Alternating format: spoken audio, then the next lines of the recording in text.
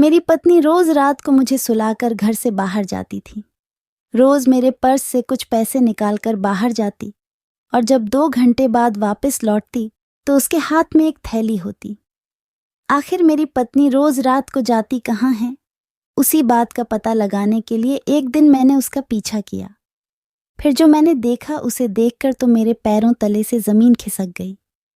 मैंने देखा कि मेरा नाम अश्विनी है। अपनी माँ का मैं और मेरी माँ ही एक दूसरे का सहारा थे। मेरे पिताजी मेरे बचपन में ही गुजर चुके थे। शायद जब तक तो मैं ये भी ना जानता था कि पिता होते क्या हैं। मेरी माँ ने ही मेरा पालन पोषण कर अपने पैरों पर खड़ा किया था।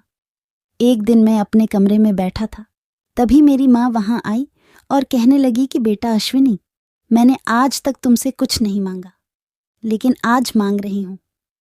अगर तुम अपनी माँ को कुछ मानते हो तो बिना किसी सोच विचार के हाँ कर दो। मैं माँ की बातें समझ नहीं रहा था कि आखिर वो कहना क्या चाहती हैं। फिर मैंने माँ से कहा कि मैं आपकी कोई भी बात कभी टाल ही नहीं सकता। आप बताइए क्या बात है। तभी वो कहने लगी कि मैंने तुम्हारे लिए लड़की देख ली है और 1 महीने बाद शादी भी पक्की कर दी। उनकी ये बात सुनकर मुझे थोड़ा अजीब सा लगा कि उन्होंने ऐसे कैसे कर दिया। बिना मुझसे पूछे मेरी शादी तय कर दी। खैर, अब मैं कर भी क्या सकता था। मुझे माँ की माननी ही पड़ी, क्योंकि मैं उन्हें मना नहीं कर सकता था। आखिर कितनी उम्मीद से उन्होंने मेरे आगे यह बात रखी थी। खैर, ऐसे ही दिन निकलते गए। अब मेरी शादी का दिन आ गया। मेरी पत्नी का नाम सोनी था। अब मैं सोनी को दुल्हन बनाकर अपने घर ले आया था। अब धीरे धीरे मैं सोनी से प्यार करने लगा था, क्योंकि जब मेरी शादी हुई थी तो मैंने सोनी को पहले एक नज़र भी नहीं देखा था। लेकिन जब धीरे धीरे वह हमारे घर आकर सब कुछ संभाल लिया तो मैं भी उसे दिल दे बैठा। खैर, सोनी मेरी माँ की लाडली थी। मेरी माँ शायद अब मुझसे ज्यादा सोनी को प्यार करती। सोनी की हर बात उनके सर आंखों पर होती थी। माँ तो जैसे अपना सब कुछ सोनी को ही मान चुकी थी। खैर, सोनी शायद इसकी हकदार थी, क्योंकि वो माँ से इतना प्यार जो करती और हमेशा उनकी सेवा में लगी रहती थी। सोनी अपने मायके बहुत कम जाती थी। कभी कभी मैं और माँ जिद करके उसे उसके मायके मिलवा लाते थे तो वह कुछ देर उनसे बात करने के बाद वापस मेरे साथ आ जाती। ऐसे ही दिन निकलते गए। एक दिन मैंने देखा कि सोनी रात को घर से बाहर जाती है और जब वापस आती है तो उसके हाथ में एक थैली होती है। मैं आधी नींद में था, इसलिए ज्यादा गौर नहीं कर पाया। मैंने उस दिन की बात पर ज्यादा ध्यान नहीं दिया। लेकिन मुझे कहाँ पता था कि ये सब रोज होने वाला है। अब तो सोनी हर रात को ऐसा करने लगी। मुझे कुछ भी समझ में नहीं आ रहा था कि आखिर ये कर क्या रही है। मैं अपनी माँ से भी कुछ नहीं पूछ सकता था, क्योंकि मेरी माँ के लिए तो मानो सोनी एक फरिश्ता ही थी। अगर मैं माँ को कुछ भी पूछता तो वो मुझ पर ही बरस पड़ती, क्योंकि उन्हें सोनी की गलती कभी नजर ही नहीं आती। खैर, एक दिन मैंने उसका पीछा करने की सोची और सोने का नाटक करने लगा। जैसे ही सोनी को लगा कि मैं सो गया हूं तो वह मेरे पर्स से कुछ पैसे निकालकर कमरे से बाहर जाने लगी। उसे जरा भी अंदाजा नहीं था कि मैं जाग रहा हूं और सोने का नाटक कर रहा हूं। मैं भी अब चुपके से उसका पीछा करने लगा। सोनी सीधा घर के बने गार्डन में चली गई। मैं भी उसका पीछा करते हुए वहां एक बड़े से पौधे के पीछे छुप कर खड़ा हो गया। फिर मैंने देखा कि सोनी एक लड़के के पास जाकर खड़ी हो गई है। वह लड़का सोनी को अपनी तरफ खींच लेता है और वो वहीं पर बैठ जाते हैं। सोनी उस लड़के का माथा चूमती है और वो दोनों भावना में बह जाते हैं। मैं ये सब देखकर दंग रह गया। मुझे बिल्कुल भी समझ में नहीं आ रहा था कि ये सब क्या हो रहा है। मेरी आंखों में आंसू आ गए।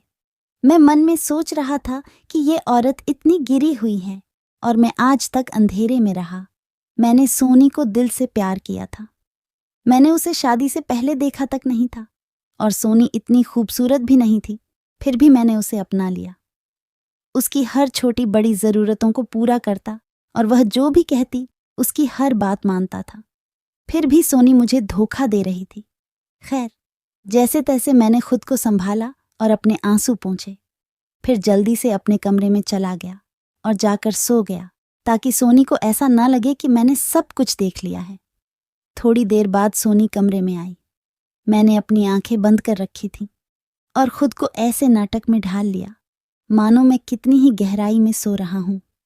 सोनी मेरे सिर पर हाथ फेरने लगी और मेरे पास बैठ गई। मुझे उसका ये प्यार भरा सहलाना बिल्कुल भी अच्छा नहीं लग रहा था। मेरा मन कर रहा था कि झट से उठकर उसके एक तमाचा दे मारूं और सब कुछ बोल दूं, लेकिन मैंने जैसे तैसे अपने गुस्से को शांत किया और अपना धैर्य बनाए रखा। थोड़ी देर बाद जब सोनी सो गई तो मैंने अपनी आंखें खोली और वही बात सोचने लगा कि आखिर सोनी ऐसे क्यों कर रही थी मेरे साथ। मुझे नींद कहाँ आने वाली थी, बस पूरी रात करवट बदलता रहा। सुबह सोनी से पहले ही उठ गया और नहा धोकर तैयार हो गया। आज की सुबह मेरे लिए सबसे दुखी सुबह थी। आज मेरा मन बिल्कुल मरा हुआ सा था। जब भी सोनी की तरफ नजर जाती तो मेरा खून खोल उठता। बार बार रात का पूरा सीन मेरे दिमाग पर छा जाता। हर सुबह उठकर सोनी से बातें करना, उसकी तारीफ करना मेरी मानो आदत बन चुकी थी। लेकिन आज तो सोनी मानो मुझे फूटी आंख नहीं भा रही थी। सोनी को भी बिल्कुल भी अंदाजा नहीं था कि मैं किस वजह से इस कादर दुखी हूं। वो रोज की तरह मेरे सामने नाटक कर रही थी, मानो मुझसे कितना ही प्यार कर रही हो। मुझे उसकी हर बात झूठी लग रही थी। मेरा मन कर रहा था कि इसे कल रात वाली सारी बात कह दूं, लेकिन मैं चाह कर भी कुछ नहीं बोल पा रहा था। खैर, मैं सोनी से बिना कुछ बोले ऑफिस चला गया। सोनी को मेरे इस बर्ताव पर हैरानी तो जरूर हो रही होगी, क्योंकि आज से पहले कभी भी मैंने उसे इस तरह अनदेखा नहीं किया था। हमेशा ऑफिस आने से पहले सोनी से बातें करना, उससे हर एक चीज के बारे में पूछना, जो उसे शाम को जाते वक्त ला कर देनी। मानो मैं उसे छोड़कर ऑफिस जाना ही नहीं चाहता था, लेकिन आज मैंने उसकी तरफ देखा तक नहीं। मैं अपने दुखी मन से ऑफिस चला आया। आज मैंने ऑफिस में सारी मीटिंग कैंसिल करवा दी और उतरे हुए चेहरे के साथ वहीं पर बैठा रहा। मेरे मन में सिर्फ एक ही ख्याल आ रहा था कि क्या कमी रह गई थी मेरे प्यार में, जो सोनी ने ऐसा किया। मुझे तो कल रात वाली बात खाई जा रही थी। मेरे समझ में नहीं आ रहा था कि सोनी ने मुझसे शादी क्यों की, अगर वह मेरे साथ खुश नहीं थी। फिर मैंने एक नज़र सोचा कि शायद सोनी उस लड़के से आशिकी लड़ाने के लिए उसे रात को बुलाती होगी और वह उसका पुराना आशिक होगा और मुझसे शादी अपने माँ के कहने पर की होगी और उनके दबाव में आकर मुझसे शादी कर ली होगी, जिसकी वजह से वह मेरे साथ खुश नहीं है। और तभी तो वह अपने गांव में अपनी माँ से मिलने नहीं जाती है, क्योंकि उसकी अपनी माँ के साथ बनती नहीं होगी, क्योंकि उन्होंने ज़बरदस्ती मेरे साथ शादी जो करवा दी थी। फिर मैं अपनी ही बातों के ताने बुन रहा था। मुझे कुछ भी समझ में नहीं आ रहा था कि आखिर ये सब हो क्या रहा है।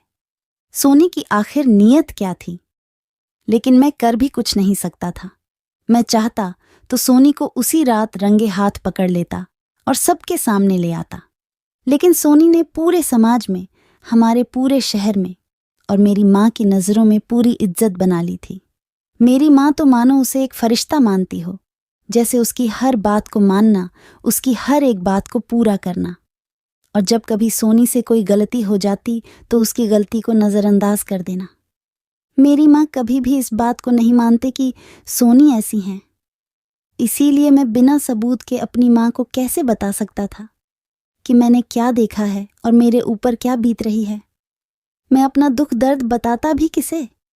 मैं अपने मरे मरे कदमों से घर की तरफ चल पड़ा और रास्ते में एक बने गार्डन में जाकर बैठ गया। थोड़ी देर बाद मेरी नज़र उस लड़के पर पड़ी जो कल रात सोनी से मिलने के लिए आया था। मैंने देखा कि वह अपनी बाइक से वहां से निकला है। मेरा बहुत मन किया कि मैं जाकर उसकी कॉलर पकड़ लूं और उसे वहीं पर पीट दूं, क्योंकि मेरी बीवी के साथ वह चक्कर जो चला रहा था, लेकिन मैं भी कर भी क्या कर सकता था। आखिर मेरी बीवी की तो भी इसमें गलती थी। कोई भी लड़का अपने आप से कुछ नहीं करता। मेरी बीवी ने उसको सपोर्ट किया था। रात में मेरे घर से निकल कर जाती है और उसे मिलती है, तो इसमें उसका क्या कसूर। दोनों की एक ही नीयत है। फिर मैं दुखी मन से आंखों में आंसू लिए घर की तरफ चल पड़ा। तभी मेरे मन में ख्याल आता है कि मेरी पत्नी आखिर मेरे पर्स से पैसे क्यों निकालती है। फिर मैंने सोचा कि उस लड़के को देती होगी, और वह अपनी अय्याशी करने के लिए पैसे सोनी से लेता होगा और सोनी तो मेरे पर्स से निकालकर उसे दे देती होगी। उसका क्या जाता है। फिर मैं यही सोच विचार करता घर आ जाता हूँ और सोचने लगता हूँ कि आखिर उन्हें किस तरह रंगे हाथों पकड़ूं और अपनी माँ से कहूँ। तभी मेरे मन में विचार आया कि क्यों ना मैं गार्डन में जहां पर वो लोग मिलते हैं वहां पर कैमरा छुपा कर रख देता हूं, ताकि मैं जब उनको रंगे हाथ पकड़ूं और सोनी मेरी माँ के आगे कोई भी तरह का झूठ बोले तो मैं वह कैमरे में आई सारी रिकॉर्डिंग अपनी माँ को बता सकूं। फिर मैंने यही सोचकर एक दुकान से कैमरा खरीदा और गार्डन में जहां पर वह लोग मिलते थे वहां पर सेट करके रख दिया और अपने कमरे में आ गया। मुझे इसी चीज का पछतावा हो रहा था कि मुझे नींद की गोली खाने की आदत थी। रात को नींद न आने की वजह से मैं नींद की गोली खाकर सोता था, जिसका फायदा सोनी उठाती थी।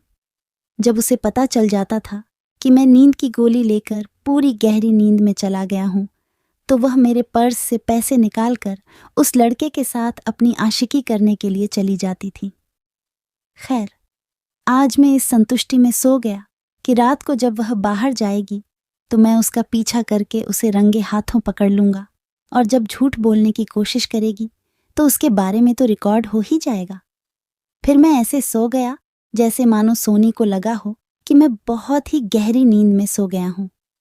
सोनी ने मेरे साथ बात करने की कोशिश की, लेकिन मैंने रूखे हुए शब्दों से उसे दूर कर दिया और कहा कि प्लीज मुझे बख्श दो, मुझे अपने हाल पर छोड़ दो। मेरे ऐसे बर्ताव से सोनी घबरा गई, लेकिन उसने इस बात का अंदाजा नहीं लगाया कि मैं किस वजह से ऐसा हुआ हूं। उसने ऐसे ही विचार कर लिया कि शायद ऑफिस की थकान की वजह से आज मेरी तबीयत खराब है, इसीलिए ऐसा व्यवहार कर रहा हूं। तभी सोनी कुछ ज्यादा नहीं बोली, ना ही मेरे साथ किसी भी तरह की बातचीत की और वह भी सो गई। मैं जैसे सोने का पूरी तरह नाटक कर रहा था। तभी सोनी अपने बिस्तर से खड़ी हुई और मेरे पर्स से कुछ पैसे निकालते हुए घर से बाहर जाने लगी। मैंने झट से अपनी आंखें खोली और उसका पीछा करना शुरू कर दिया और थोड़ी देर बाद जब वह उस लड़के से जाकर मिलने लगी तो उस लड़के ने सोनी का हाथ पकड़ लिया और वह दोनों बैठ गए। तभी वह लड़का फुसफुसाते हुए सोनी को कुछ बोल रहा था, लेकिन मैं दूर खड़ा था, इसलिए मुझे ज्यादा कुछ सुनाई नहीं दे रहा था। मैंने मौका पाकर झट से उनके पास जाकर उस लड़के की गर्दन पकड़ ली। मुझे अचानक वहां देखकर वह दोनों घबरा गए। तभी सोनी कहने लगी कि आप यहाँ। तभी मैं कहने लगा कि हाँ, मैं अब तुम्हारी आशिकी ज्यादा दिन नहीं चलने वाली है।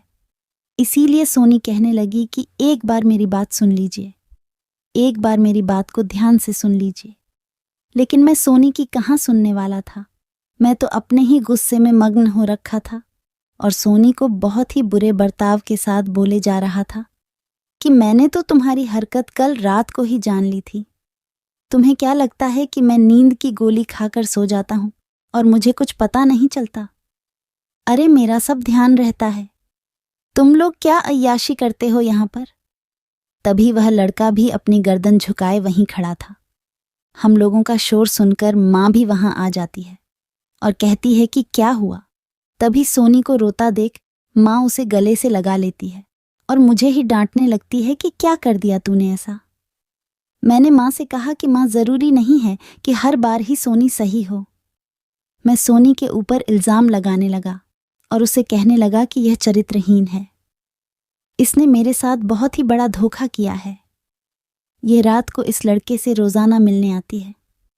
मैं इसे कल रात से ही देख रहा हूं और आज जब यहां पर आ गई है तो भी मैं इसका पीछा करते हुए यहां पर आ गया।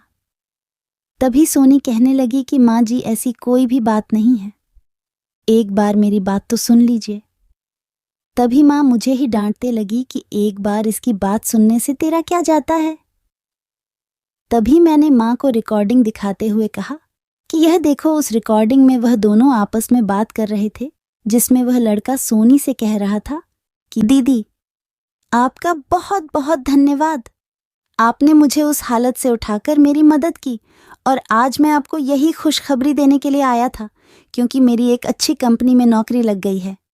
आपने मुझे पढ़ाया लिखाया, अच्छे कपड़े दिए और मुझे एक अच्छी सी दुकान में कुछ काम करने पर लगा दिया। ताकि मैं अपना पढ़ाई का खर्चा निकाल सकूं, और जब कभी मुझे ज़रूरत पड़ती तो आप मुझे पैसे देती थी। आपका बहुत बहुत धन्यवाद। तभी मेरे समझ में आ चुका था कि शायद मेरा जो वहम था वह बिल्कुल गलत था। तभी सोनी रोते हुए कहने लगी कि यह मेरा भाई है। कुछ दिनों पहले जब मैं बाजार सब्जी लाने गई थी तो यह मुझे वहां सड़क के पास बहुत ही गरीबी हालत में मिला। इसको उसकी सौतेली माँ ने घर से निकाल दिया था, इसीलिए बेचारा इस तरह इस हालत में था। लेकिन मैं इसका सहारा बनी और इसे कुछ पैसे आपके पास से निकाल कर रोज रात को देने लगी और एक अच्छी सी दुकान में ऐसी नौकरी दिलवा दी ताकि अपनी पढ़ाई ढंग से कर सके, क्योंकि इतने ज्यादा पैसे मैं इसे नहीं दे सकती थी कि इसे एक नौकरी की पढ़ाई करवा सकूं। लेकिन मुझसे जितना होता था मैं इसकी मदद करती थी और यह रोज रात को मुझसे मिलने आता तो मेरे लिए 1 जोड़ी कपड़े ले आता था। अपनी बहन समझकर मेरे लिए कुछ दिल से लेकर आता। अब मुझे सारा ताना बाना समझ में आ चुका था। अब मेरी नजरें पूरी तरह से शर्म से झुक चुकी थी। ना तो मैं माँ से, ना ही सोनी से, और ना ही उस लड़के से नजर मिला सकता थी, क्योंकि मैंने बिना पूरी सच्चाई जाने बिना किसी से बात किए अपने ही मन में उन लोगों के लिए जो शक पैदा कर लिया था। अब मेरे पास अफसोस के सिवा कुछ नहीं बचा था। तो दोस्तों, यह थी हमारी आज की कहानी। उम्मीद करते हैं आपको पसंद आई होगी। आपका क्या कहना है इस कहानी के बारे में कमेंट करके हमें ज़रूर बताएं। वीडियो को लाइक करके चैनल को सब्सक्राइब कर लीजिए। साथ में घंटी को दबाकर ओनल पर सेट कर लीजिए ताकि आने वाली वीडियो आपको तुरंत मिले। धन्यवाद।